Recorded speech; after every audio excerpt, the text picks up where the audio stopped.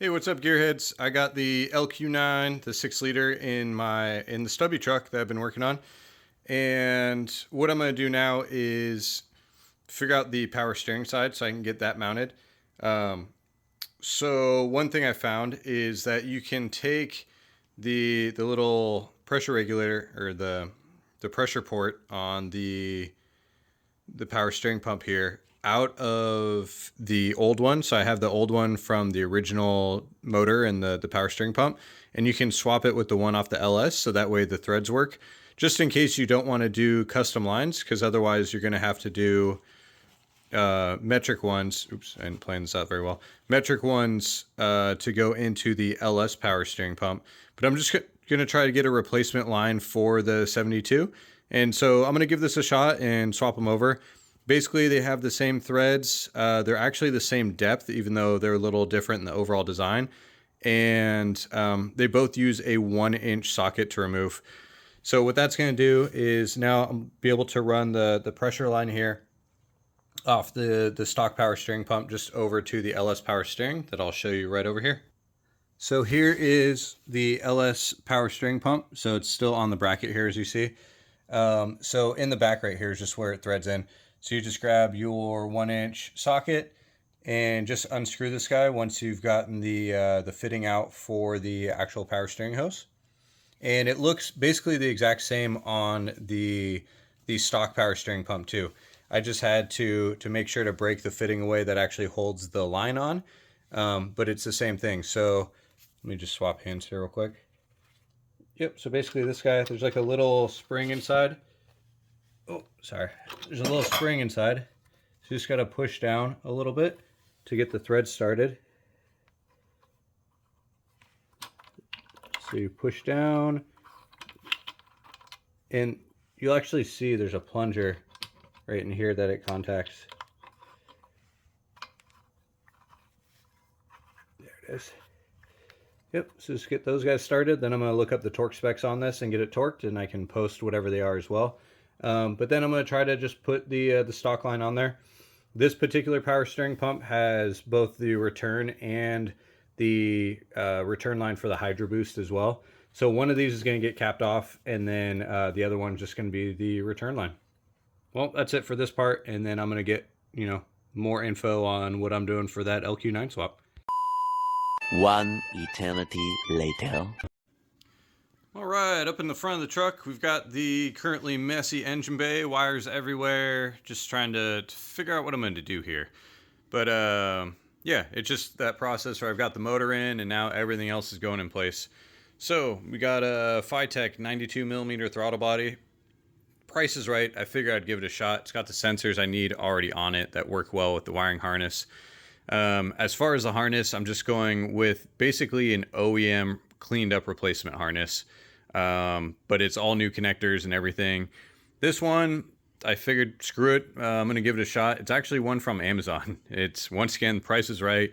It's definitely cheaper than me cleaning up the existing replacement harness I have. It comes with some relays on there and a new fuse block and everything too. So I'm gonna mount that up, figure out where I'm gonna put the PCM and all that good stuff on here as well. I decided to go drive-by cable on this one because my last project was drive-by wire, and every issue I ran into had to do with the drive-by wire setup on it.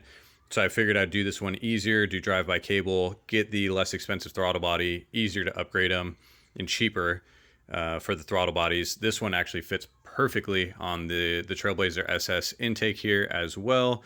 Got the nice little mount for it. The cable that's going to be run to the gas pedal as well. If you see my previous videos, I already updated the brake system. So got a new master cylinder, new booster, all new lines in the truck as well. Lots of wires still to be removed from the stock harness too. I'm going to cut open that and clean it all up and everything. But this is where we sit right now. So everything fits so far. The adjustable motor mounts have played really well on this. Actually, it's going to be moved a little bit forward so I can see where the trans is supposed to mount up. I want to maximize my drive shaft in the rear because this is such a short truck. So I did shuffle everything forward as far as the motor and all that.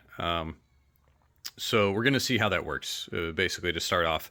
But everything right now clears. We got the shorty headers in there, the stainless headers, new plugs, plug wires, the motor's all painted, got that nice gold color on it.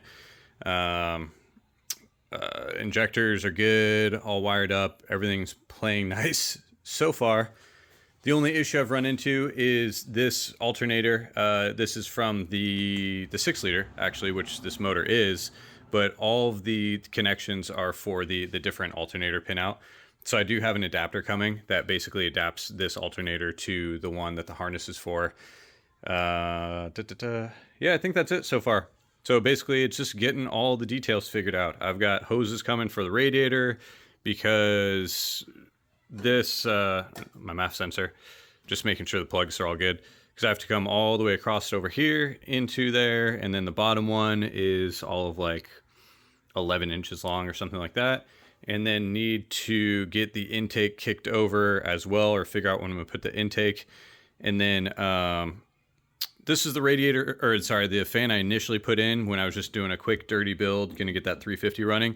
But I do have the dual fans here as well from the donor vehicle, so I'm probably going to try to get those in. They actually fit up fairly well with this radiator. I just have to figure out how to get them mounted. And then as far as the intake goes, with the motor forward and everything, it's going to be a tight fit. So I'm going to have to trim this and play around and get something going where it either kicks up a little bit or down. I don't know. We'll see where everything's going to go for this. But yeah, so far so good. I'm going to keep plugging away and see how far I can get today.